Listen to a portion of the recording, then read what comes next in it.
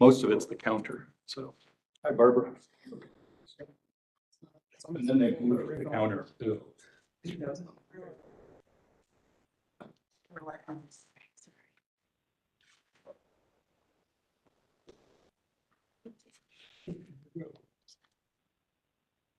Yeah, it looks like we're done.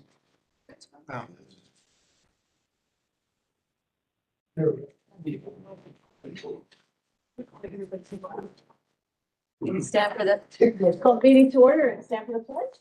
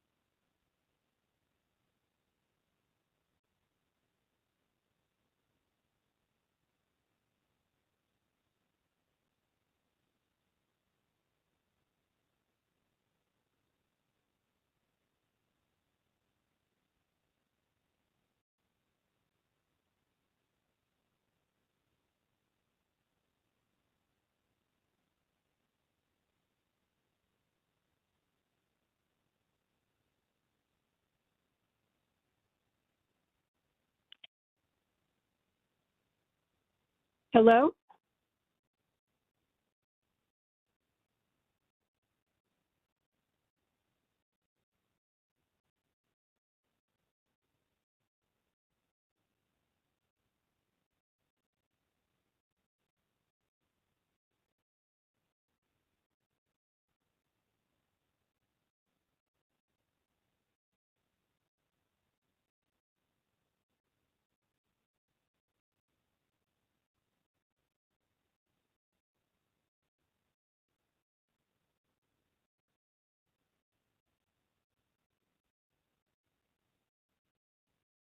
Hello?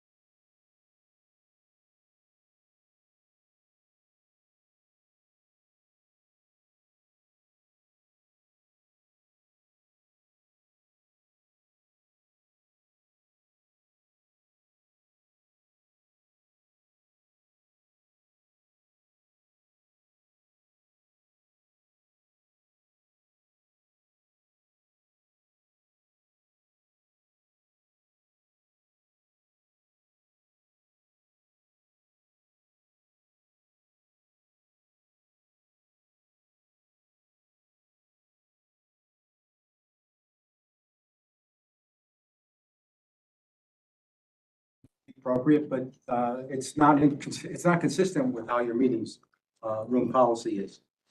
What about home businesses? Well, Apple was a home business. Ford Motor Company was a home business, Hershey's, Mary Kay Cosmetics, and in fact, Facebook started in the dorm room. So we want to encourage the development of home businesses particularly today. And the library is an asset. It can be a greater asset to them, particularly if they're able to use study rooms to conduct some kind of business that they need. I think that's basically it. I just think one of the things that really strikes me the most, and I think I speak for a lot of business. I am the former entrepreneur of the year for the Guilderland Chamber, and I have over 100 clients that I've worked with, and a lot of them are home-based. We see them in mixers all the time, and this is a chance to bring them into the library fold. So I hope you will consider a change in policy at your policy committee. And I'd be glad to submit a draft of what I think would be an appropriate policy in order to help you on your way. With that, I thank you very much for your time and consideration. And feel free to contact me or ask me any question you wish at any time. And by the way, thank you for your public service. I know the big paychecks for the library trustee. I just asked him a question, or Mark, I don't know if either your interpretation of the policy or mine is incorrect, but I thought the intent that the library said that about business was that like an Avon lady couldn't come in and have a room and be selling her products. Right. All right, Yeah. or name some other business, I don't know. But if somebody wants to simply talk to a client, to me, that is permitted under our rules, but Tim or Natalie. It's a commercial activity. If It's money not. passes hands, it's a commercial activity. See, I don't think we've ever interpreted that way, but maybe, I'm not here every day, so, I know, people have met their stockbroker just for a review of their portfolio over the years. Other people have met, like an insurance agent, that just was, they had a policy with them, but they wanted to update it. And they It was need, more they need a convenient place to be work. Here than at the office downtown. Yeah. It's convenient, you're right. It's convenient. Yeah, I don't think that was ever considered business selling something.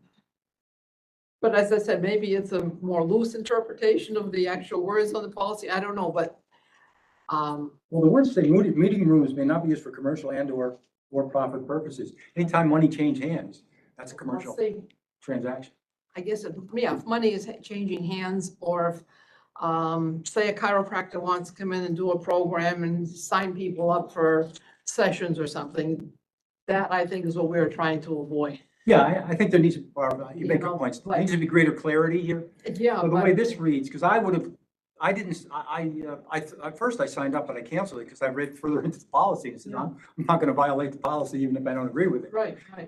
But I think, There's the experts, I'll let them, but over the years, that's what I know has been done and nobody's ever complained, but it's just that we didn't want some vendor coming into the thing and, selling their wares. yeah, no, I agree 100%. I think that's what needs to be specifically outlined in the policy. Yeah. And also to encourage folks to, to let the library know that we're for home-based businesses. They're a big deal.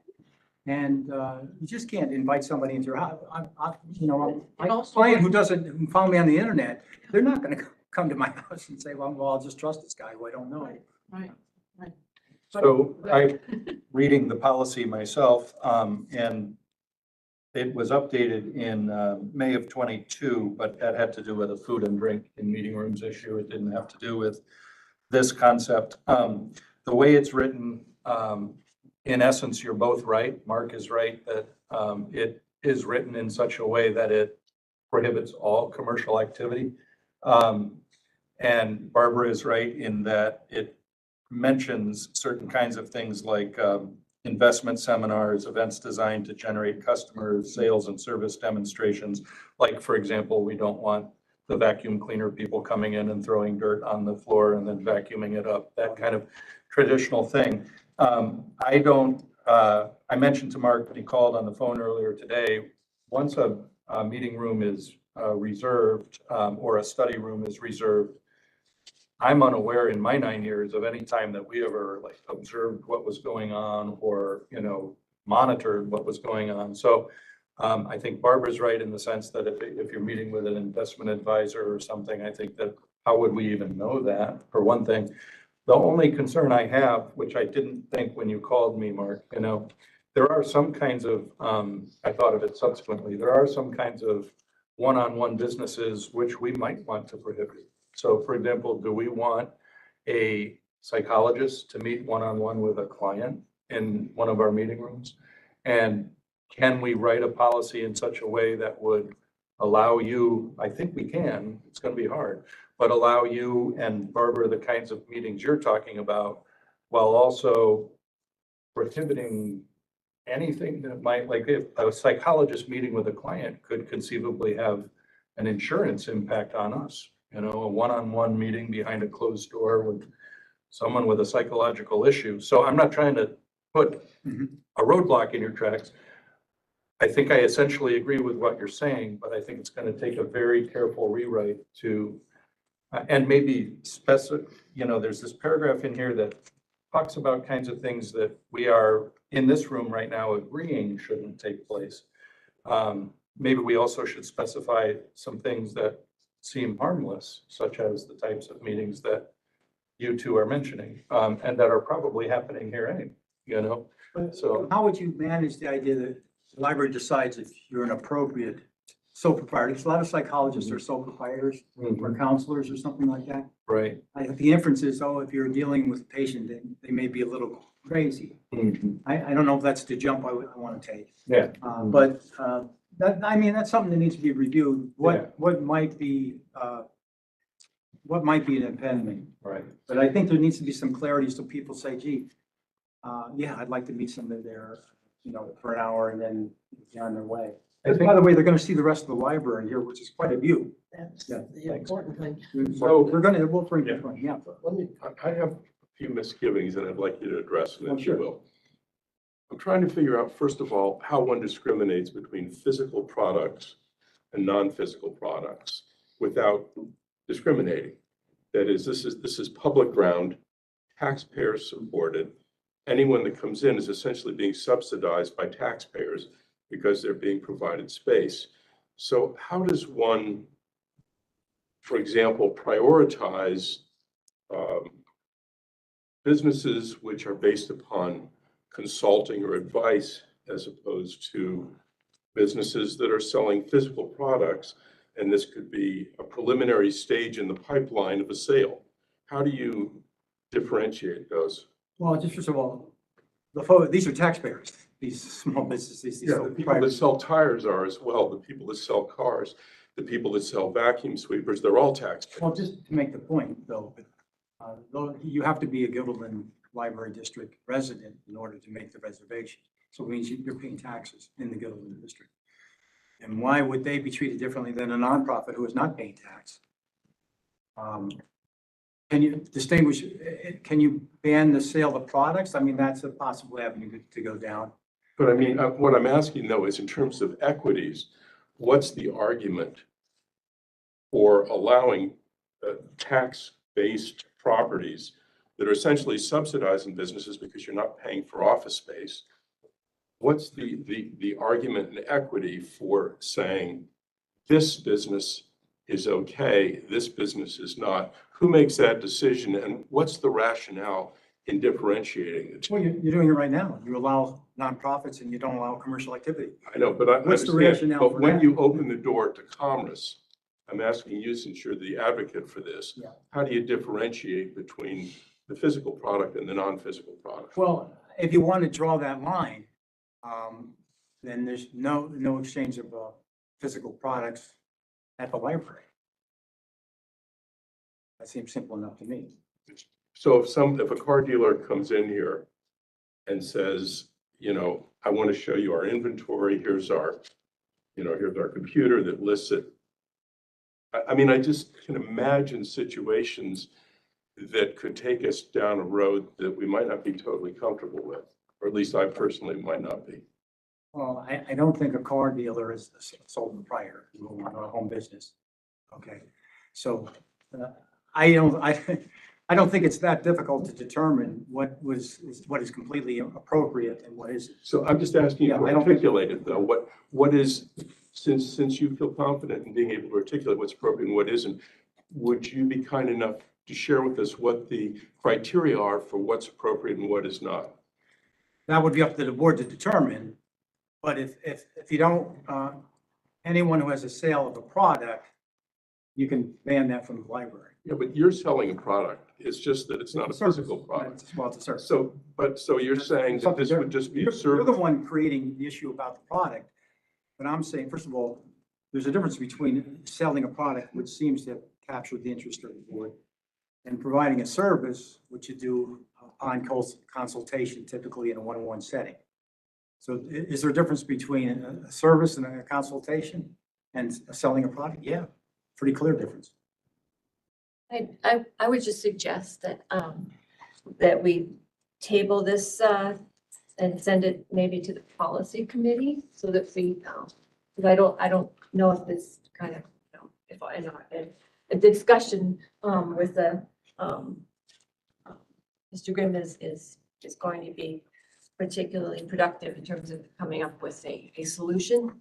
So, I would just suggest that we table this for now, maybe refer it to the policy committee to, potentially look at this policy with, specifically with respect to the study rooms, because I know that we don't have a lot of study rooms, so, and they're used primarily for educational purposes. So my concern would be if there's so many home-based business and we say, let's let everybody with a home-based business use study rooms, well, does that mean that there's not space Preempt the others. for the educational purpose that we think of as a study room for studying, or, for, so that would just be my comment on that, just that we don't have unlimited space. And so if there's, tremendous numbers of home-based business and we say, oh, well, that's fine, then, we have a lot of competition for that space, so. But anyway, if there's any, I just want to add one thing on our current policy. I don't have it in front of me, but my recollection is that if you could only book like 30 days ahead or something like that, unless an opening happened and you needed something the next day and there was an opening. But usually it's like a 30-day and you're only allowed, in other words, you can't have first Monday of every month for the year. So I think your worries about, now 500 businesses wanting, study space. That well, might- they'd all be like individual businesses, all wanting different, like, it wouldn't be like the same business, it would be like a whole bunch of different businesses, so they would book that individually, right? It wouldn't be like one entity booking every Monday. It would just be a whole bunch of entities booking, lots of space. And that would just be my concern, because we don't have, like I said, we don't have unlimited space, so. So if there's nothing else, we should probably move on with our agenda. Thank you. Thank you. Thank you. Thank you, Mr. Grimm. Thanks, Mark. So the next item, unless there's any other public input? No. Okay. No emails. All right. Kathy, can you hear me? So the next item, business, is personnel actions. Hello? They are to approve the promotions of Christina Ronald, full-time adult and digital services head in the program Public Services Department, effective March 15th, 2023. Maria Buell, full-time community engagement and outreach department head in the programs and public services department, effective March 15th, 2023.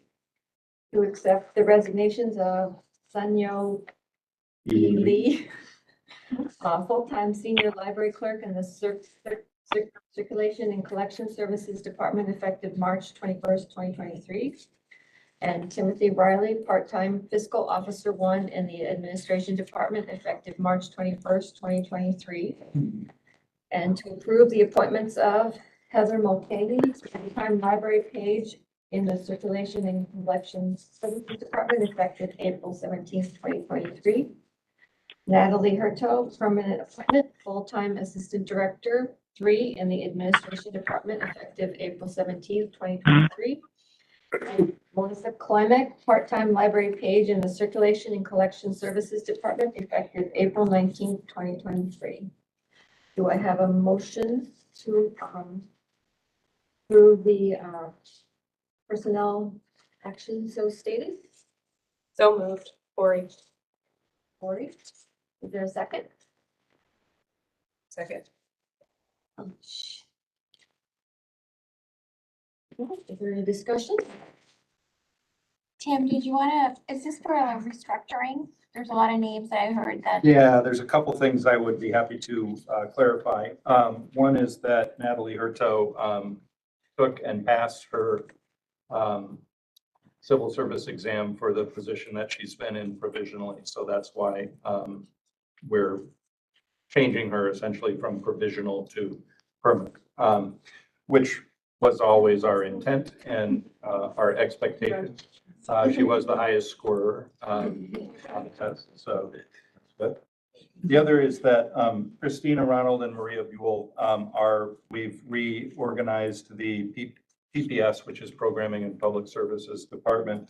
Formerly, it was split basically into adult and children's services, and now we have adult, which will be Christina Ronald, adult and digital, and then Maria will be community engagement and outreach, including programming. So they already have those positions. We're just kind of changing the structure of the department. And the others are 2 new hires of pages and 2 resignations that obviously the resignations are beyond our control, but Did we already approve Tim's resignation? I think we did as a full timer, or and then he was going to stay. So, I won't open it for any more discussion. Yeah. Accept. All right, no more discussion? All right, all in favor of the motion to approve the personnel actions as stated, please signify by saying aye or raising your hand. Okay, is there anyone opposed? So unanimously at 6:26. All right, treasurer's report for March 2023. So, good evening. We'll start with the financial statements that I think are printed front and back on yours, not mine. And we'll talk about the balance sheet. I think when you look down, I always look and compare the current month to the prior month to the year ago. And I think when you look at our cash and cash equivalents, we've got about $5.1 million right now between cash and short-term investments. Last year, we had about 4.1 million. So we're doing a little bit better. We were able to collect some grants receivable from last year, which helped. And at the same time, we've been paying for the building project. So we're doing well from that perspective. Having said that, it will go down because last year was as of June, and we still have 3 months of expenses that aren't reflected in those numbers. So they'll probably come out, closer to last year. But I think it's also important to note that, we've shifted the assets so that they are being invested now in short-term investments. And, moving the 1.5 million helped that situation. And we still have a strong cash flow. So, I think that looks very good. We are still working. One of the holdups on the audit is that we're really trying to make sure that we properly reflect the assets that the library owns versus the assets that are going to be transferred to the Guilderland Central School District. So the numbers that are going to sort of move around a little bit are on page 6, not page 6, I'm sorry, line 6, the capital assets, and line 15, the due to Guilderland Central School District. And they have to be adjusted to reflect, that some of the assets are being transferred and that will reduce the payable to the school district. And I've said before, and your copy shows it much better, but the gray areas are areas that are sort of adjusted by the auditors at year end, and those have been updated. The auditors completed that. And I think that when I was looking at the trial balance of what changed from year end, I guess what struck me was, the gray areas are once a year adjustments, but everything else really didn't change. And I think that's a good reflection on the fiscal department here, Tim and David, that really I didn't see any audit adjustments other than for the building project and booking the post-retirement benefits and the pension payable and things like that. So, I think that's really good. I think that's all I had to say on the balance sheet. The statement of revenue, expenses, and changes in net position. I guess, sometimes I focus on the unfavorable variances, but when you look at line 27, on a year-to-date basis, regardless of the ups and downs, we're about $108,000 favorable to budget, which is good. And, looking at some of the reasons for fluctuations, salaries continue to be about 35,000 favorable year to date.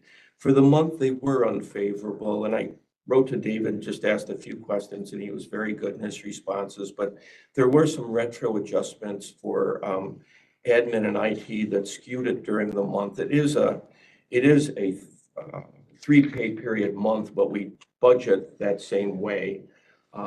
So it's higher than last month, but you think that would sort of return back to normal the following month. We've talked before, utilities they've been running unfavorable to budget, although this month it was about as close as it's ever been. Library materials, there was a little lag in the purchases. We're still favorable on a year-to-date basis. He said that there were some Upper Hudson Library invoices that kind of got delayed and sort of all popped in at once and everything, which is why the month sort of skewed a little bit. And the same with line 12. Line 14, there were some repairs, I think to the heat pump or something, that were made. And, so it's unfavorable on a year-to-date basis as well as the month. And I didn't think to ask him, under line 16, repairs and maintenance, were 13,000 favorable. So, if we looked at some of the things that went into building maintenance, maybe they should be shifted down to there, but certainly on a combined basis, they're well within the budget. And I think that's it. Under non-operating revenue, line 29, the interest income, it skewed a little bit this month, but it is going to be running higher because we have a lot of CDs that are maturing. But when we invested in treasury notes and bills, they are subject to market fluctuations. So depending on what the market is, they're going to go up or down, and that's going to depend on what current interest rates are. So if you were to sell them, they might be a little higher than you purchased them or less. And I think about 7,000 of the investment income was because of the fluctuations this month. And last month they fluctuated down. So you're going to get a little bit of that. And I may just put it in as a separate line item so we can track the non-operating revenue. But again, we're running year to date about $1 million of actual change in net position. Over the next 3 months, we have budgeted expenses of about 866,000. So, that will come down and everything, but I think we're still going to be favorable to budget by at least a couple $100,000. So that's it for that. Does anybody have any questions that I could answer, hopefully? No. So also in the package, and it's long because think it's just best practice to present you with all the statements if you do want to look at them. But there's the investment statement that really just breaks out the, from the balance sheet, the cash and the investments, and you can just see what we have invested in treasury bills and other short-term investments. We have about 2.7 in CDs that are maturing. I guess it's interesting to see sort of when we bought them. I mean, the first ones, well, it was actually dated about, well, November 22, but it's about 3.65%. A lot of the lower interest ones have dropped off because they've matured and everything. And, you know, the last ones we bought were up to about 4.65. So, you know, I think that we're doing well from that perspective. And also in your package is the check register that I did come in at about 4:30 and just look at the documentation and everything and thought that it was, you know, it was good and everything. I don't know if there's any specific questions on what's in the check register.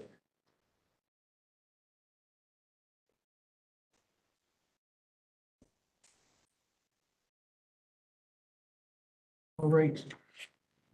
That's it for what I have to say. Okay, so we need a motion to accept the check register for April 2023. Do I have a motion? Please. Second? Second, Corey. Right. Any discussion? Any more questions for George about the check register? Thank you for your report. Kind of fun for me. Maybe not so much for you, but. I had a blast. So, all in favor of approving the check register for April 2023, please signify by saying aye. Aye. Anyone opposed? Okay, passes 6:35. Okay, Tim. Okay.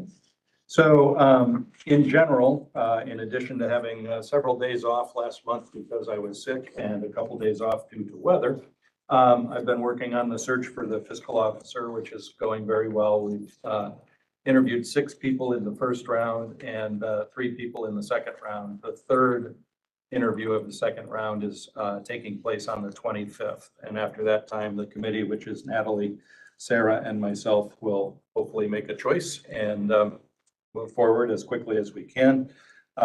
Doing a lot of work on reorganizing the library internally.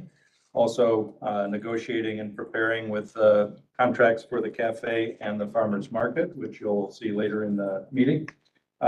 Working on trying to close the audit and construction finance with George and David Gilliam and auditors and so forth.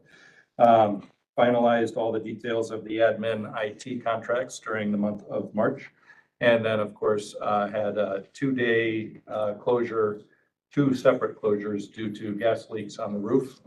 George's fire company came and resolved the situation. And we are now back in business up on the roof.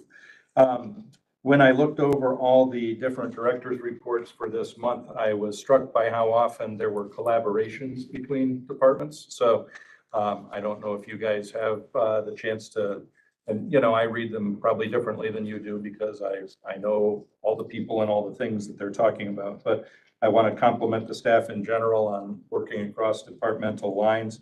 The passport training is going very, very well, both as a service to the public and as a revenue source. We need to figure out how to get more of our people trained, which basically relates to the reorganization. You know, when you're adding things, to some extent, work life can be a zero-sum game. In other words, there's 7.5 hours in the workday. So if you're going to spend an hour issuing a passport, you might be spending 1 less hour doing something else.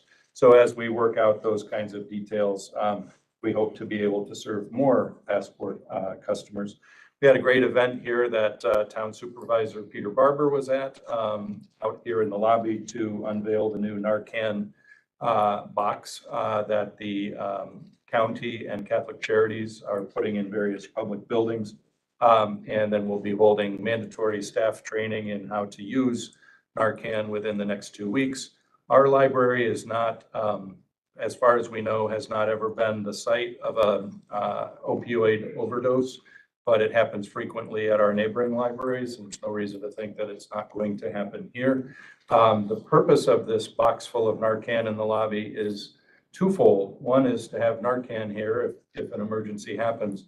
The other is so that parents and grandparents and people like who are responsible for somebody who might be subject to having an overdose can take a box home or keep a box in their car. That's the initiative of the county program, is to spread as much of this stuff out as possible so that, you know, if you go to the grocery store and you've got it in your purse and someone's overdosing, well, maybe you should use it, you know? So that's the story there. During the last month, we fully implemented our new library calendar software, which, by the way, when Mark Grimm called me earlier today, he gave kudos for that, as several of you board members have. It's great new software. It did take a lot of effort to personalize it, and you know, it's a great template, but you have to make it unique to your building. So that was a big collaboration across departments. In the public relations office with Luann, we had a huge impact of social media during the month with announcements about the impending opening of Cafe Conmel and the hunting and boating training classes that have taken place here, and also the return of concerts, which people are very excited about. And then lastly, Luann had there was a big storm coming, so she asked people to predict how much snow that they were going to get, and we had like 300 responses. So nice work, and her newsletter open rate is staying very, very high at 56%. All of us have been involved this last month and more in combining the circulation and access services departments. There's a lot of cross-training going on. Too many people working too hard on that to mention them all, but my thanks to all of them. Book circulation is up this March over last March by double digits. The highest percentage is in children's books, which was 14.65%. There have been a lot of great programs going on. I mentioned earlier when we did our approving positions and so forth that we're reorganizing the PPS department a little bit. We'll be able to tell you more about that as we get it worked out, but we've got the basic structure worked out. I do want to say that Christina Ronald will be our new head of adult services, and Maria will be focusing on outreach and community engagement.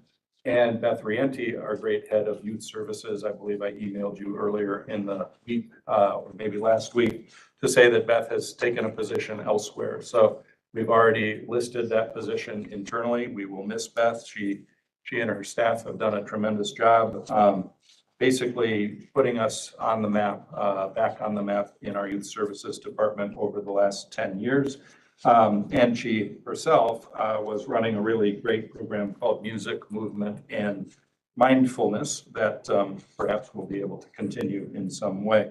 A great new service for the adult programming department is the Value Line Research Center, which is an electronic access to a proprietary investment database that a lot of people like to use.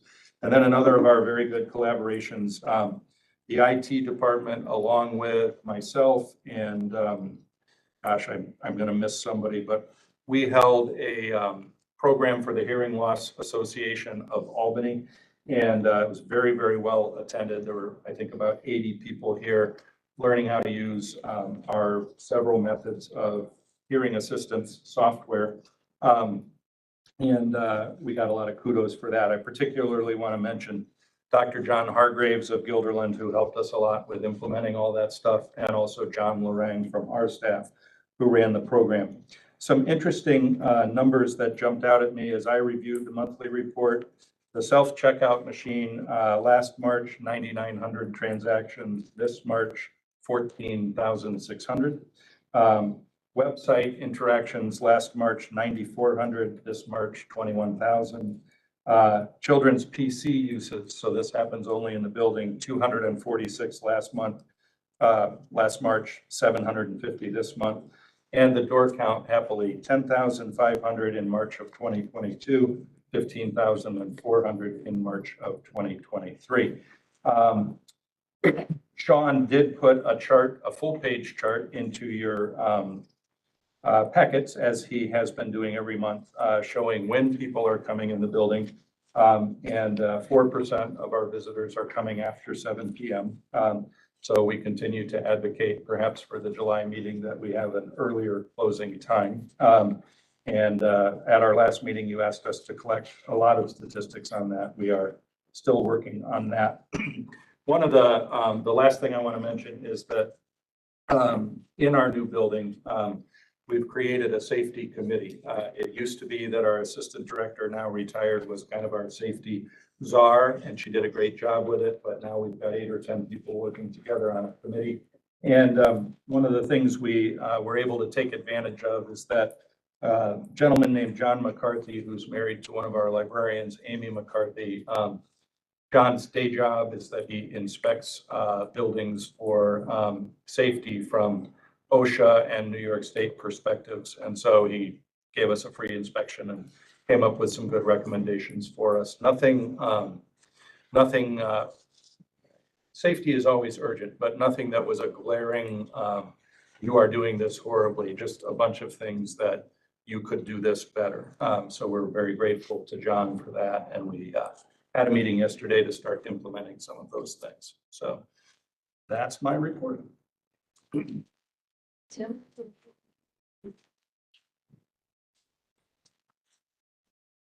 All right, any questions for Tim? All right, we'll move on to committee reports, and Alish, sounds like you've been very busy. Yeah.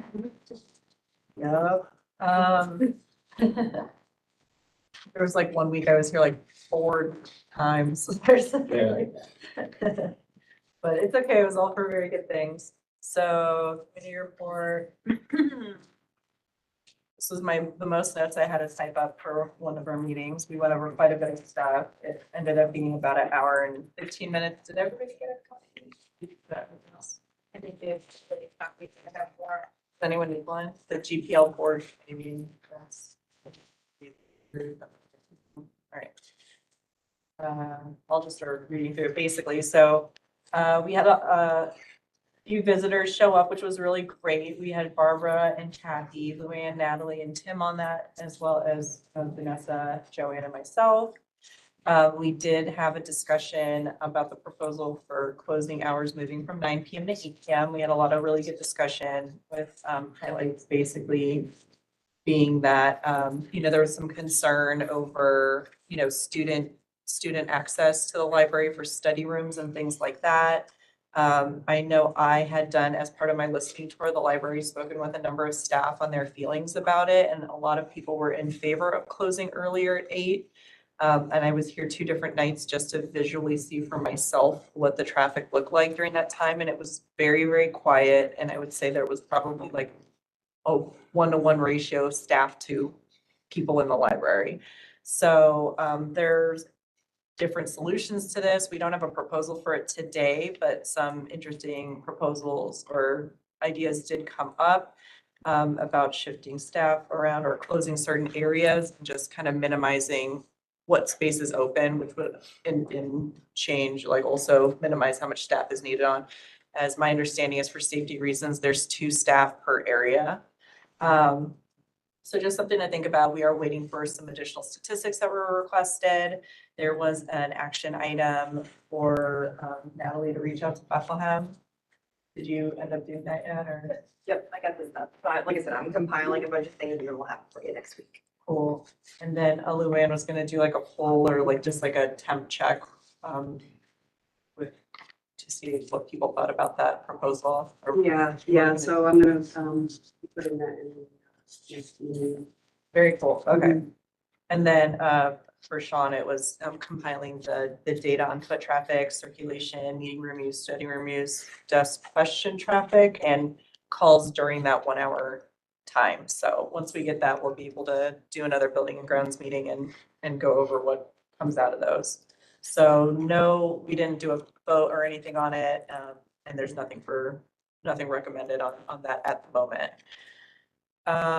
Moving on, we did just a cafe update. Again, there was no vote on that, but the update was that our original millwork vendor did abruptly have to go on a paternity leave. So we had to pivot very quickly because he was unable to complete the work until maybe like June or July, which would push out the cafe opening just farther than we would have liked because it's already been kind of pushed and the can was kicked down the road. So we were able to pivot to another vendor who was able to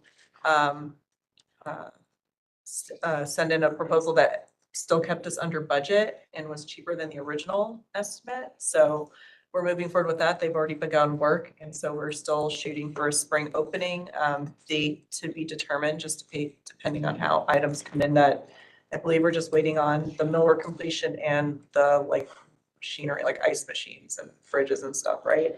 So we'll have a more solid date, but I know the library's already been promoting it. We have like signs and flyers up and people it's generating buzz and people seem to be very excited about the cafe opening. When I was here doing the listening tour, I also just ended up speaking to patrons and I ran into a parent that was very excited to be able to get a snack here for their kid. So everything is looking good for that as well. Farmers market, this one did take up a little bit of time. An update was that I had a meeting with Tim and Scott, and we had a lunch meeting to review, how we were going to approach this year's, farmers market. There was a request on Scott's end that we start in June this year instead of July, because last year we spanned July to October, and he was saying June to September made more sense weather-wise, and there was some other really small factors. I know they have, I'm drawing a blank on the word, interns. They have 6 college interns that he'll be working with this year as well, so that aligns with their summer break a little bit better. That was just a small part of it, but I thought it was worth mentioning. So we did take some feedback from the staff. There were some concerns with the overlap on the June dates where the library is open and the farmer's market would be here. It would be about an hour overlap. We did come to the conclusion that it would be not as significant enough impact to not entertain the June dates. There was an action item where we were trying to problem solve because one of the concerns from the staff was the parking. Tim did reach out to Our Lady of Mercy. Our Lady of Mercy next door, and they said that we were okay to use some of their parking spots if there was any need for them whatsoever. So for staff or people coming to the farmer's market, whatever, we will have that option, which is very kind. So we were given the thumbs up on that.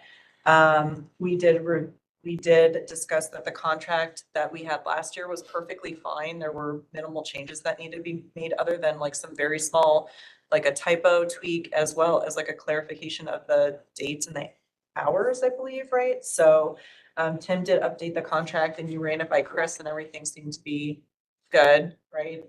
Okay. So, so we ended up taking a vote on that with the recommendation from the committee that we do open on those June dates. And then, this will be a 1-year contract. So if anything doesn't work from this contract, that if we do a longer one the next time around, we now have had 2 years of different type operating dates and things like that. And we can see which one works best for the library. So it was a unanimous yes across the board. With some action items for Tim, which was editing the contract and making necessary changes, which was done. And the contract, you should have it in your packet. There was a question about figuring out language about property ownership of the parking lot, which I think we resolved and we're fine there. Did we get any answers on the liquor vendor's liquor license questions? Basically status quo. We and Chrisley and Chapman approved liquor vendors last year as well. So he's licensed. Okay, cool. So I don't know if people want to take a second to look over the contract, cafe contracts. We're voting on the cafe contract or the I personally, farmer's market? yeah, farmer's market. Here's both. And as a board member pointed out to me, like the more urgent one is really the cafe contract because it will be open sooner than June, I believe, so. But personally, I'd love to see votes on both of them tonight We have both. Yeah. Agenda They're has both. both. in the pack. Yeah, the farmer's market's listed in. Oh, it's under new business. Okay, okay. I was like, it's here for a reason. Is there, I don't know if we need a motion or if there's room for discussion briefly on the Yeah, for sure. Just one comment on paragraph 14, which is sale of books. The last sentence of that says book sales also should count toward the total used to determine profit sharing in section 4 rent. But there is no profit sharing. Yeah. And if I remember, that We was an struck early that, version. yeah. So I That think was an that, earlier yes, I think that concept, sentence just yeah. needs to go from paragraph 14. Get rid of that The last sentence. last sentence of paragraph 14. Yeah. Great. Sorry, I dropped that. So, to extend the middle.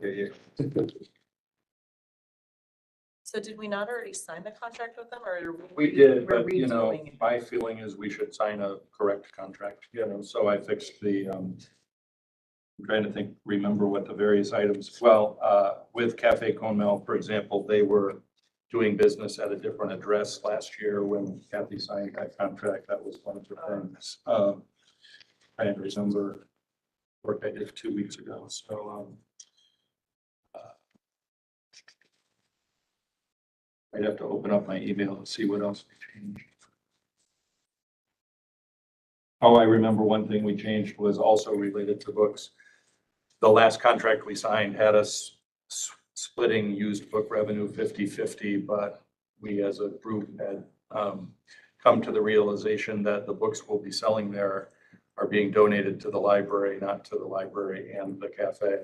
And also, the books that are withdrawn from our collection were purchased by the library, not by the library cafe. So we got them to agree that they would just give us 100% of the book sales revenue, which seemed cleaner than splitting it 50-50.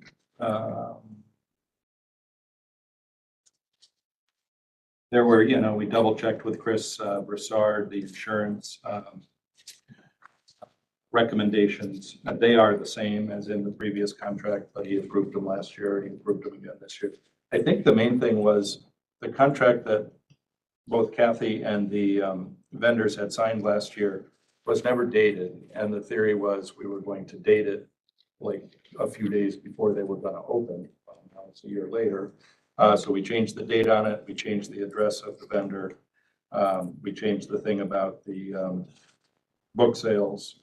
We do need to strike the sentence Mike's talking about. And other than that, I can't recall any other changes, but to me, that was enough. But, you know, I mean, I suppose we could go with the contract we signed last year, but I'd rather sign a contract with their current business address with the idea that it would become effective, you know, closer to when the cafe is opening. That's kind of an open question, like, what we could do theoretically, and I'm not trying to create more work, but if it's going to be another month, that's fine. We don't have to have a signed contract until they're opening, right?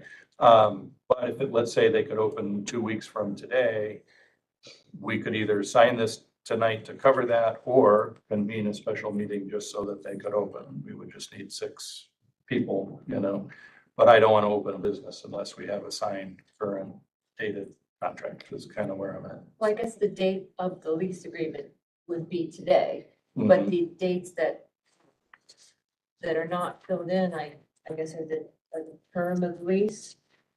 I would, The paragraph 3, it says the term of the lease should be 1 year beginning on a date in Yeah. 2023 to a date in 2024. Is that what Hmm. you wanted to leave open? Because yeah, we could do it that way. Are we thinking that you have to sign this during the meeting? Wouldn't we just be approving the lease and then you execute it when they're ready? Which would just mean Kathy has to come sign it, not all of us. Yeah. That makes sense. And that paragraph 3 with the term, I mean, that shouldn't be plugged in until they're ready to. Yeah. Yeah. Because that's gonna kick off their obligation to pay us rent, and if they're not ready to open yet, and I don't think Good call. that makes sense. right. I like that Vanessa idea, basically, that you approve it in concept. Yeah. You sign it when both parties are ready to sign it. So So do we need a vote to approve that? Yeah, with the alteration to I remember that. paragraph 14. 14. Leave the term of lease open ended. They can when they. Yeah. All right. Do I have a motion to approve the lease agreement that we, with Cafe Fun Now that we just discussed? Barbara? There a second? Second. Leash. Okay, is there any more discussion? All right, all in favor of approving this lease agreement between Guilderland Public Library and Cafe Fun Now, please signify by saying aye. Aye. Anyone opposed? Okay. 59. All right, was there anything else? I guess if the farmer's market contract comes up later, the only other thing that came up in the meeting was there was a kickstart, a discussion for a beautification project that Tim brought to us. There was very little discussion because this is something new and we weren't really sure what it was going to look like, but the idea is to bring in some art for beautification of inside the library or a mural or something. I don't know. I think they're figuring it out, but there's a staff committee that was going to come up with some ideas and then run those ideas by our committee once that's been established and like pricing and things like that. So then we can And I discuss. would love to give a very brief update to that. So I learned from David Gilliam and George Wilhelm that one of my financial concepts was not acceptable. And that concept was to basically earmark, and I'm just making up a number, use the same number I ran by them, $50,000 from the grant, from the construction project, money that hadn't been spent, to be held for future enhancement of the facility with paintings and art and so forth. And they said, can't do that. You know, if you know you want to buy a painting for $10,000, then you can come to us and say, want to buy this painting for $10,000. But by the way, you have to do that before June 30th of 2023 because we're about to close out the construction project. So as much as this is a worthy goal, it's not possible under the framework of the construction project. So we still have a staff committee. The other quick thing I'll say is, and then I sound a little bit like I'm making excuses, but when you have a key position like the fiscal officer vacant, you can form a committee, but you can't meet because you don't have any time to meet. So I've done nothing on that. And I think that it's time to put that concept to bed for the construction project and then let it live in the future out of regular library operating funds, which you don't want to make any hasty decisions either. You know, you don't want to go spend a bunch of money on art that happens to be available between now and June 30th. That seems like the wrong way to approach it. So what I'm saying is great concept. If we do it, we need to do it outside of the construction project in order to close the books and the door on the construction project. So, which is a little bit different than what I had said at the buildings and grounds meeting, because I had met with George and David. I also ran it by the architects and they were like, no, you know, again, if you know what you want to buy right now, then you can ask your board to buy it, but you can't just keep money around for that purpose. If someone gave us $50,000 and said, this is for the future beautification of the building, that's a different matter. But we'll get back going on that at some point, but it won't be a hot topic at our next buildings and grounds meeting. Alrighty. So thanks. That's it for the building. It's a good thing that the financial people keep tabs on the creative people. There you go. Yeah. Long range planning, anything from that, maybe Barbara? We don't have anything for this. Now, finance, Mike, you just had a meeting? Yeah, the finance committee met immediately before this meeting today. The only topic was basically an update on an issue, and it's something that George mentioned when he was giving his treasurer's report.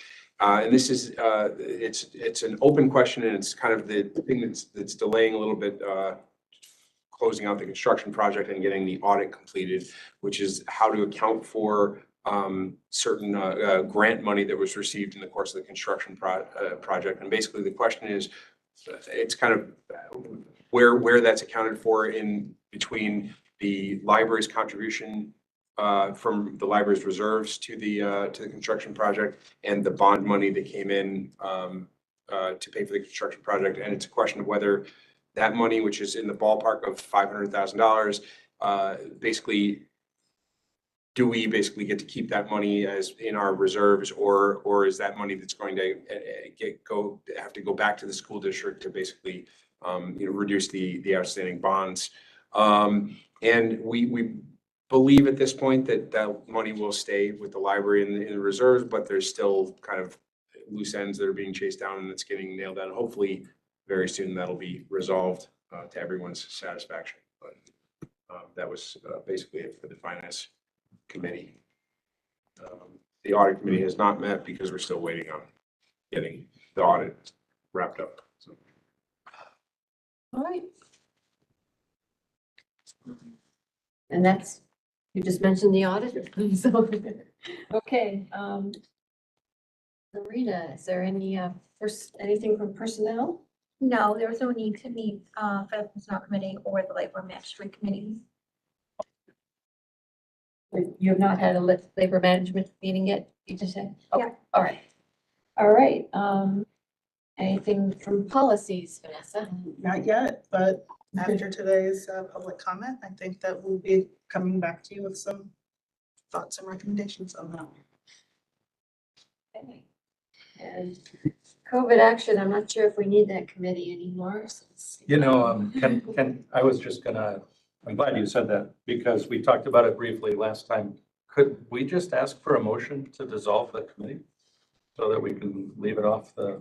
I will make that one. Okay. Is there a second? A second. All right, Barbara. Mike. Okay, all in favor of dissolving the COVID action committee? Aye. Hi. Anyone opposed? Me. All right. This is all as of. Hello. 7:05.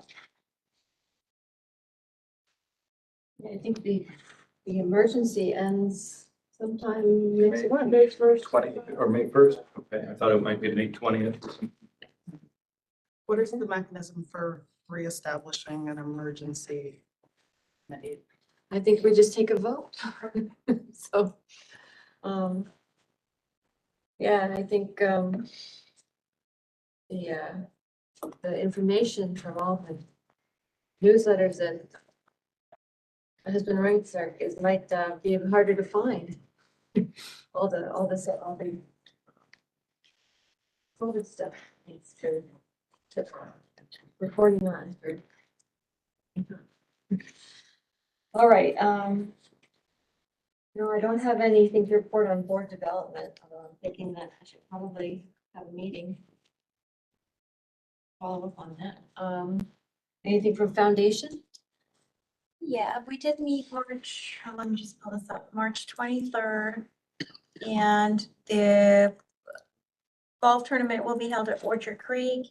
And it's, they're having a lot of interest in people signing up and also sponsoring. If you have the flyer, we're encouraging distribution of that.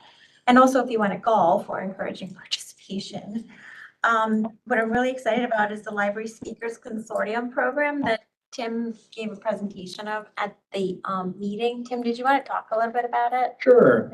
So one of your colleagues, some of your colleagues, our former board member, Richard Rubin, contacted me one day and he had gone to an online event that the Bethlehem Public Library was having with the author of, I think it's Frederick Backman of the book called A Man Called Ove or Uve or however you say that. Anyway, he said, why don't you guys do this? And I said, oh, well, let me look into it. So the Library Speakers Consortium is a national business that hosts 2 to 3 events with notable authors each month. They host them virtually and you pay a membership fee based on the size of your library. our membership fee is going to be $3,500 a year. The foundation voted to cover half of that. And then the talks are advertised on your website, your social media.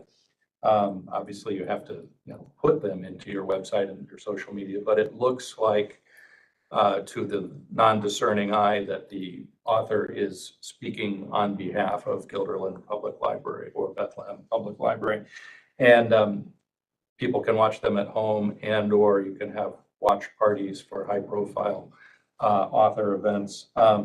So for $3,500 a year, you get somewhere between 24 and 36. They say 2 to 3 authors per month. So we're going to start that, we think, in June right now. We're trying to find the most high-profile author that they're doing in the summer. And that's kind of a little bit of a question depending on, which staff member reads which author, and that sort of thing. But we're going to pick an event, do a kickoff type event for it, have the watch party here, but you can also watch it at home if that's your interest. So it's kind of exciting. It was, I showed and I could send this to you guys if you'd like, but I showed a little, 12-screen PowerPoint that they had put together, and the foundation people were like, when can we start? Yes, We really want to fund it, but I, of course. Presentation, yeah, I think forward to see it. Mhm. It's short and sweet. I'll send It's that out. fine. Can you just say again, what was this consortium called? It's called the Library Speakers Consortium, and there's a page about it currently on the Bethlehem website. If you're, intensely curious, you can go look there. And then the talks are also archived so that if you want to hear. On October 25th, I can remember John Irving is speaking. So if you want to hear John Irving, but you are at a birthday party or a board meeting on October 25th, you can then watch it later on the website. So it's a good buy. Their business model is interesting. Our purchase of this will apply both to our patrons and to the Altamont Library patrons because they're also in our service area. But interestingly, they don't do any of what's called authentication. So if you hear about our program, but you live in Honolulu, you can just click on the link and you come. So they just don't bother really with worrying about that. But if I was just reading the contract yesterday, and if we advertise a program as a library program, but we aren't paying our $3,500 a year, then they're, the business model kicks in and they're like, hold on, Voorheesville or whatever neighboring library it is, you can say anything you want about Guilderland, but you can't say that you're presenting John Irving. They are, so it's an exciting little thing. And I thank the foundation for funding half of it. I, of course, asked them to fund all of it. But the foundation is, I think, very well managed right now. Very good group of, directors. And we decided on co-branding these events as being brought to you by the library and the Library Foundation. And as such, a good member of the foundation said, well, if we're co-branding, then we're going to pay half. And I said, no, it's a good decision from your point of view. So anyway, but we thank them for their help. It's a good thing. And we meet again this coming Thursday night at 6:15. I think that was the most exciting news that came out of the, for me anyways, out of the foundation meeting. They're still working on mission statement and vision and targeting the funds that they have. They do have a lot of money and they do want to spend it on the library. They're just looking to target certain programs like this one that they were very excited about. That's it. Great. So, Corey, UHLS. Yeah, Tim shared, I believe, the link to the invitation to the UHLS. I think they're calling it the annual celebration this year instead of the dinner. That will be over in Troy, and they're very much looking forward to that, bringing everyone together for it. I will be attending, I believe, as a UHLS trustee, as rather than it's both. I encourage folks that want to go. And then the as you all know, the expedition is in full swing, and I would encourage folks to check out the other libraries in our area just to see what they're doing as well. You can pick up the maps. I'm sure they have them right up at the circulation desk, and get stamped. I will be visiting a number of libraries just to kind of see how things are going. And if anybody wants to ride along, I can fit 3 other adults in my car. Suppose I could get 3 kids in the back seat, but yeah, so that's the news out of UHLS. So everyone in this room loves libraries on some level, or they wouldn't be here. And the expedition was first done 5 years ago, and then this is the second time that they're doing it. And the first time that we did it as a system, you know, there was a certain amount of eye rolling, and you know, aren't we a bunch of nerds and geeks and so forth? And this time we're all enthusiastically embracing it. And honestly, you wouldn't believe that there are so many people that just want to visit all 36 library facilities in the 2 counties that, you know, sometimes we're stuck in the perspective of the room we're sitting in, right? But you, as a librarian and probably as a trustee, you can learn something anytime you go into another library. There were a couple of people that completed the entire thing within 3 days of it beginning. My gosh, wow. Very good. Anything else? Nope. Great, okay, we're in old business. Brand opening concept patron appreciation day.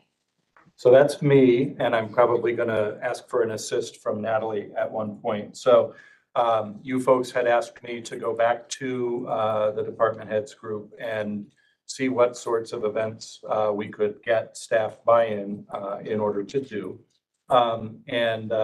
So I have one that I want to talk about, and then I'll call on Natalie for the second one. But we do want to do something high profile when the cafe opens. And we do recognize that that's a moving target, and it could indeed happen before the next board meeting. So it would be high profile, but it would be largely driven by the opening of the cafe. We don't quite have all the details, but we'd like to have, for example, a table where administrators and possibly board members and foundation members can just be there to welcome people to the new cafe, visit with them for a couple of hours on one of the days. The people running the cafe, Melanie Diaz and Joy Mercado Anderson, their concept is they want to do a 1 to 2 day soft opening just to what they're calling staff. But I talked to them yesterday, and that really means staff, board members, and foundation members. And anyone who happens to be in the building on those 2 days, they're not going to turn them away and not sell them something. But they want to do that before making a public announcement that they're open. Then they want to pick a day, you know, 5-6 days in advance of that, call a grand opening, bring together chambers of commerce, that sort of thing. It's going to be a little bit on the fly. So at some point, as board members, you'll probably get an email from me saying, I'm going to have a table in the lobby. I'd love for you to join me from 10 to 12, you know, or something like that. And if you can make it, great. And if you can't, you can't. But looking at you, Barbara, for a moment, there are especially some of our long-term trustees who've been very involved with this cafe concept for many years, you know. So we want to get as many of those people informed as we possibly can. But we're sort of at the mercy of when they're ready to open. And we ordered a bunch of restaurant equipment today that I think Elish answered. Then in terms of a larger festival, if you will, for patrons, Natalie, you want to take over from there? Yeah, so we were talking about it in our department head, and one of our department heads mentioned that years ago before COVID, there used to be a family fun day where it was like foundation and staff and the board would all participate. And I think it was like over 1 or 2 days. It was a huge event and a lot of work. We kind of behind the library back then. yeah, and it was on a weekend. So we were kind of talking about that, and I came up with the idea of moving it to the fall and calling it Fall Fest and having it over a week. So it would be all the events that we normally do in the fall, which would be our craft fair that was very successful last year, the trunk or treat that was successful. We had a horror movie trivia and just all of these, like a bunch of events, and just have it go within the week. And then we would look for different events for different volunteers. So, you know, trunk or treat, like everybody was involved in that. So that would be one where the board could participate. Fall market, it actually would be nice to have some more volunteers. It was all staff that did that. And it was a lot of work and it was on a weekend. So if we can move stuff to spread out over a week, that would be more helpful. On that fall market, what we briefly discussed was maybe the foundation and the board / admin have a table just to meet the people who run the library, you know? Not necessarily staffed for 6 hours, but maybe for 2 at lunchtime or something like that. Did I cut you off? No. Okay, so that was the whole concept. Yep, and staff will be meeting in August, I think, to start planning more events, just to make it more robust. I think we're shooting for Monday, October 23rd, and it'll end on Halloween with trunk or treat, which is only 194 days away, guys. So we need to start planning.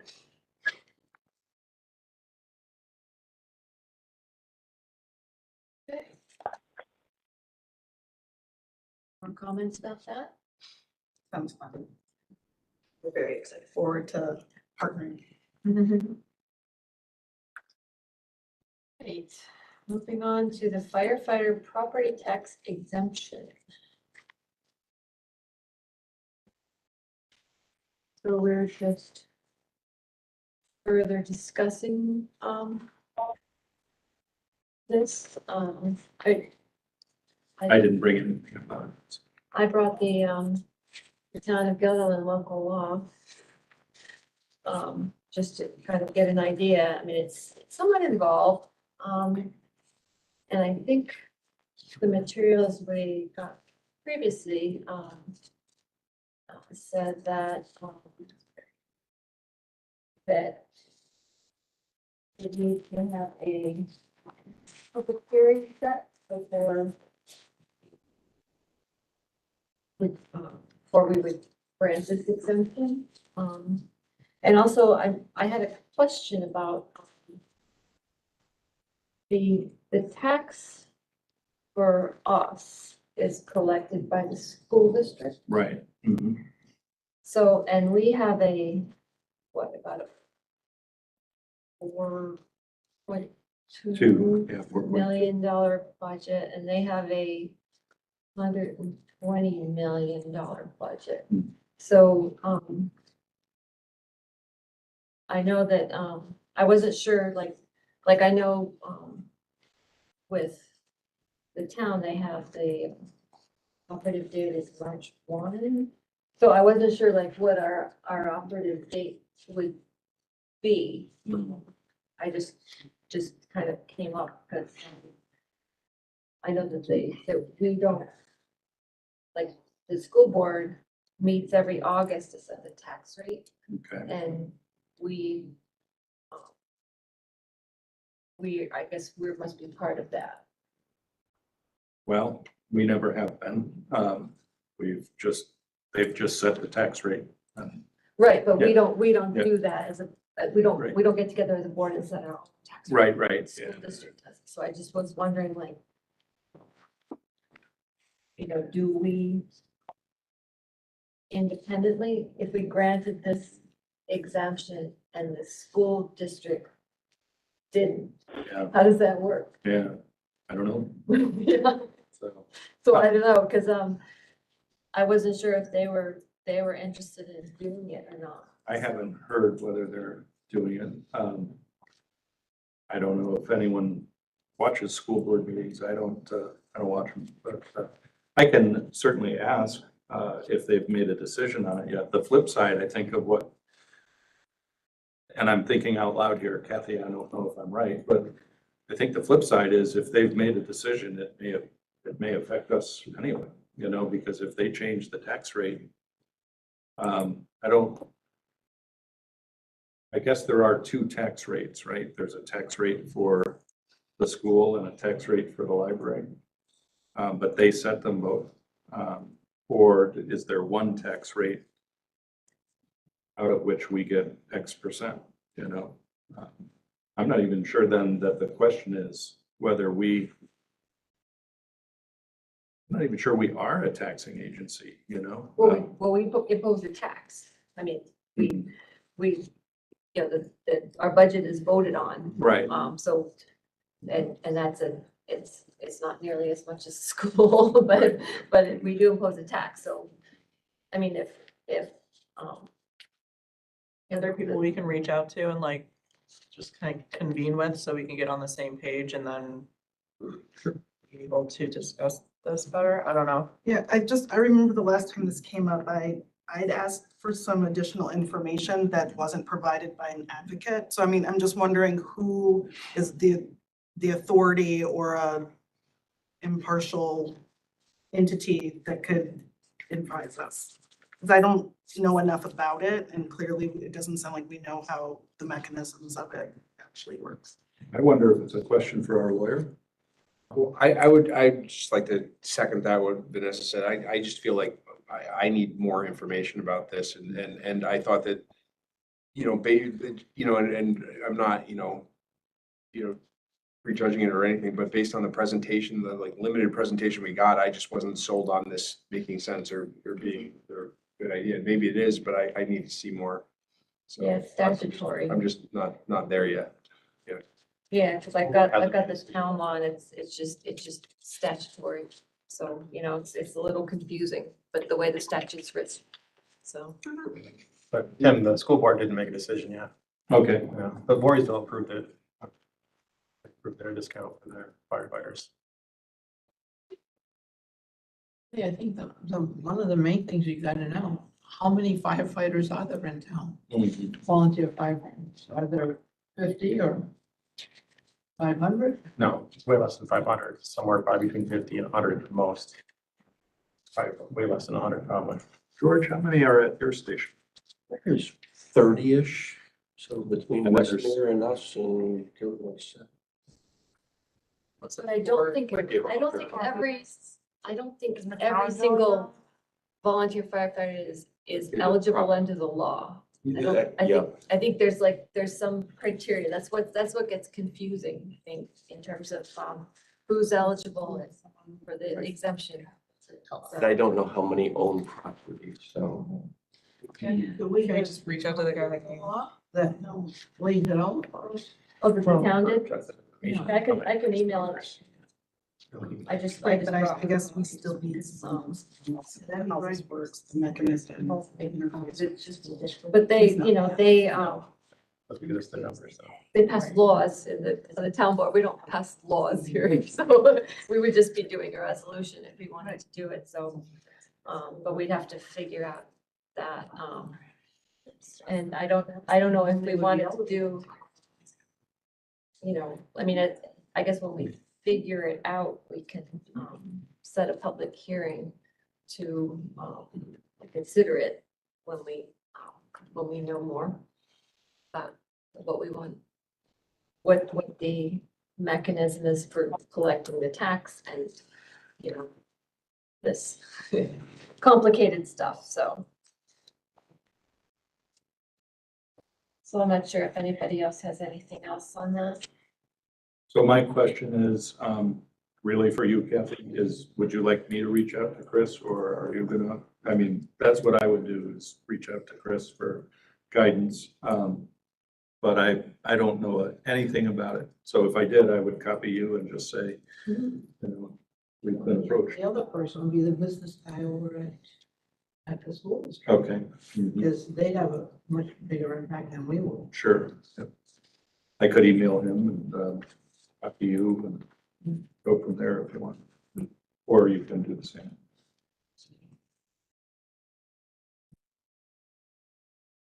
Okay. Great. So we'll reconvene on that one. So now if there's no further or old business, we're on to the farmer's market contract, which we had previously discussed. And I think that the changes, as I recall it, were to clean up some of the things like the maximum vendors and the actual charge, which was incorrect, I think. Yeah, both of those I changed. And then, of course, I put in the new June through September dates. And the other thing I think I emailed you all is that I've left the porta potty clause in the contract. We hope this is not the case, but it's possible that we wouldn't have a cafe vendor in the months of July and August. Like if they immediately went out of business or something, then the people, we're closed on Sundays in July and August, so the people attending the farmer's market and working at it need a place to go to the restroom. So I discussed that, I believe, in our meeting with Scott, that we don't really intend to enforce that. If the building is open, you know, people can use the restroom inside the building. And the one other change is that I put a mechanism for when the rent is actually due, the first day of every month. Last year, that wasn't specified and led to our not receiving it until this year. So I wanted a first of every month date to get the actual rent. But that's the sum total of the changes. Oh, and It still the says, ownership it issue. says, $50, oh, I see, for each week, so that would be. It's 200 some All right. months. The one other thing, and it came up earlier today, is that the question was raised, you know, the very first line of the contract used to say, the Guilderland Public Library is the owner and operator of the facility, and the school district is the owner. So we ran that by Chris Lanchatton, and she said, she gave us this text. She said, just change it to operator. So that's a change I forgot to mention. So, we did make that change. Well, you also put in the maximum of 35 vendors. Yeah. We run that by Scott. Is he okay with that number? I have not run that by Scott, but we had that clause in last year's, but it was just left blank. So I just picked a number, you know. I know that he started with about 30 and he got as high as 42. I think it's just naturally going to fluctuate a little bit. Like, I don't really know that we need a maximum in the contract, but it was in our original contract. So I figured rather than leave it blank, I put in a number that seemed reasonable to me. Do we have any issues on the day where we had 42? No, Should we make the number a little higher? Like 40? 40. Fine with 40. I thought we talked about too, I can't remember, we decided about the upper lot because, you know, then it starts encroaching on, Yeah, it's got to be only in the but I upper. don't see that. Am I missing it? I think it's in the first section. It doesn't call it the upper lot, but the parking lot located at the eastern end of the library property. Okay. Maybe we should add like the word upper in front of parking lots, you know? I just remembered that being sort of the space, so Yeah, in a way, it's sort of self-containing. yeah, And it was more problematic when, you know, yeah. We could not possibly operate it in a bigger, in more space than that and still keep the library open, especially if the cafe is a draw, you know, parking is going to be at a premium. But we do have our neighbor who said they'd work with us. To Yeah, It's nice. yeah. So we have. I would like to add the word upper just to kind of I think that makes it clear. I like that, yeah. Just upper parking. So, and then the maximum will be changed to 40? So I guess my question on that max would just be, if, you know, if last year they were as high as 42 and it wasn't any issue or any problem, then I don't know why we want to artificially limit them. That seems like if they were, you know. I think it was coming from the concern about parking, but now that we know we can use the overflow at Our Lady of Mercy, maybe it's not as important an issue. As long as it's clear that they have to limit themselves to the upper lot space, then, you know, it's kind of self-constraining of Sure. how many vendors they can really fit. So Could we strike the whole line and just say it's the upper parking lot? Because to be honest, nobody's going to go there every week and count the number of vendors and hold them accountable for that. No, if you said 40, I mean, you know, and he had 42. Yeah. if you wanted to make it completely open-ended.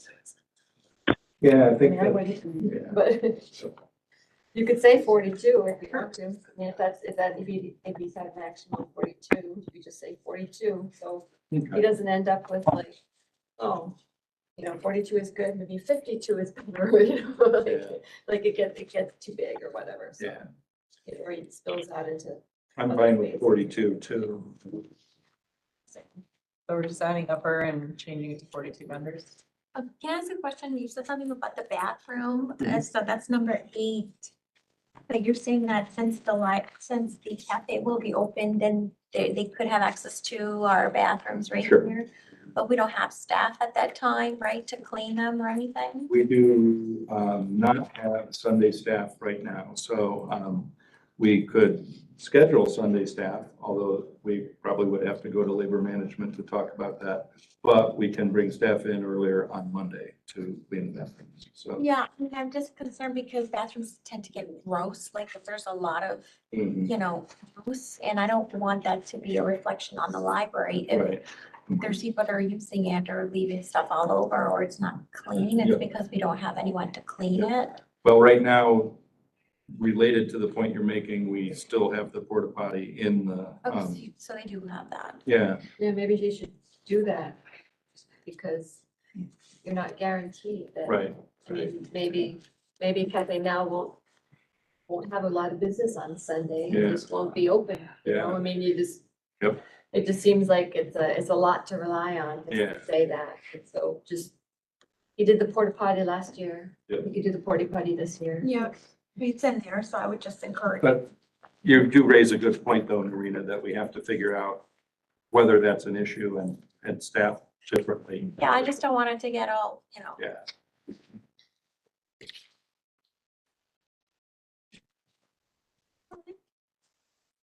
So with those 2 changes, is there any more discussion about this contract? Is there a motion to approve the farmer's market contract for this summer, starting in June? Is there a second?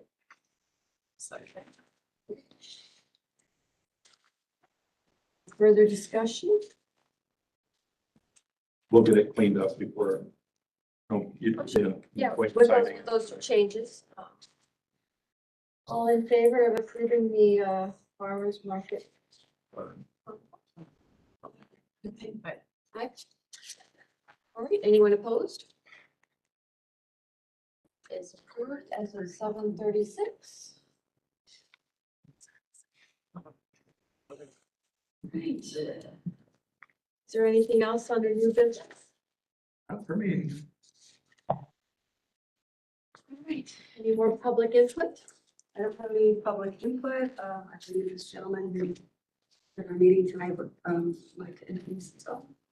Yes, my apologies that I came in late. I was in a meeting before this meeting. My name is Gustavo Santos, and I'm running for town board here in Guilderland. And today is this is my first meeting, and I just came to just look and observe Welcome. the meeting. Thank you. I'm sorry to be somewhat ignorant. When is the election? Well, the primary is June 27th, but I just believe we're gonna go with the election, so.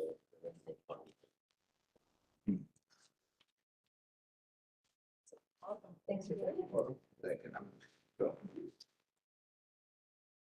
you. All right. Is there a second? I will happily, there's a ton of stuff. There's a third. All right, all in favor of adjournment? Anyone opposed? This is 2 in a row that are less than 2 hours. Yay, we're on the right track. And thank you for coming. I want to say that every time. Thank you for saying.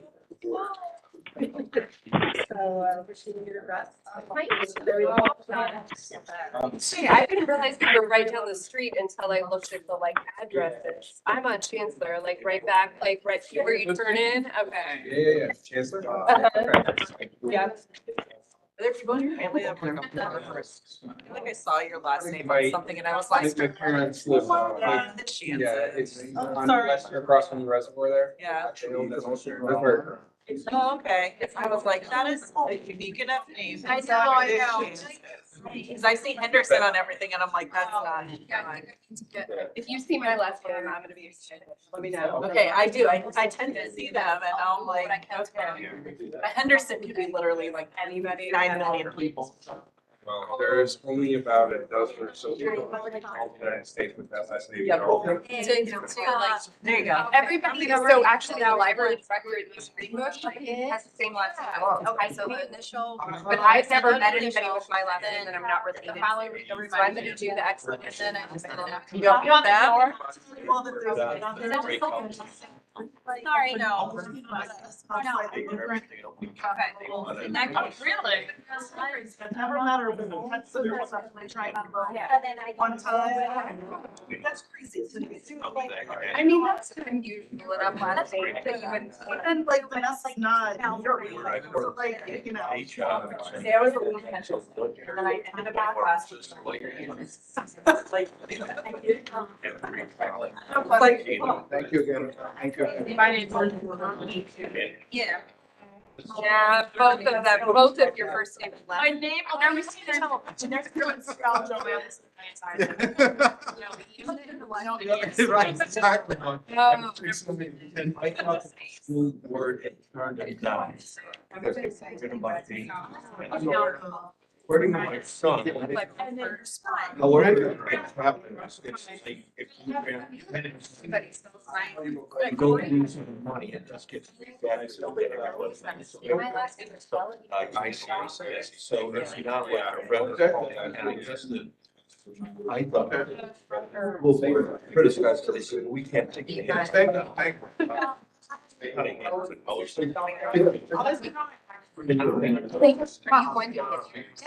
Vanessa, okay, Tony? I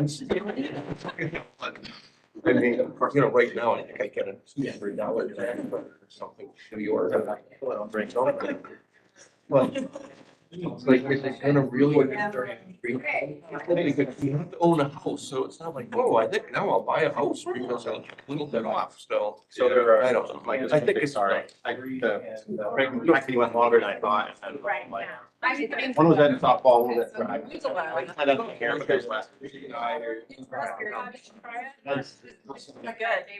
don't know. Yeah, school. It's like, that's majority of my taxes anyway, so. It's a lot bigger than our share, so. Yeah, it's like, I don't even know how that would work. But I think the fire meeting on it.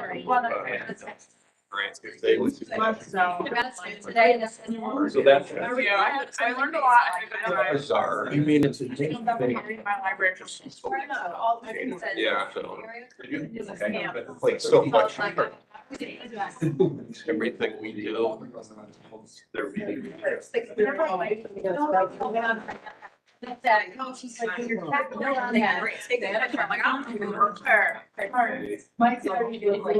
What did know? Oh, I So, don't have.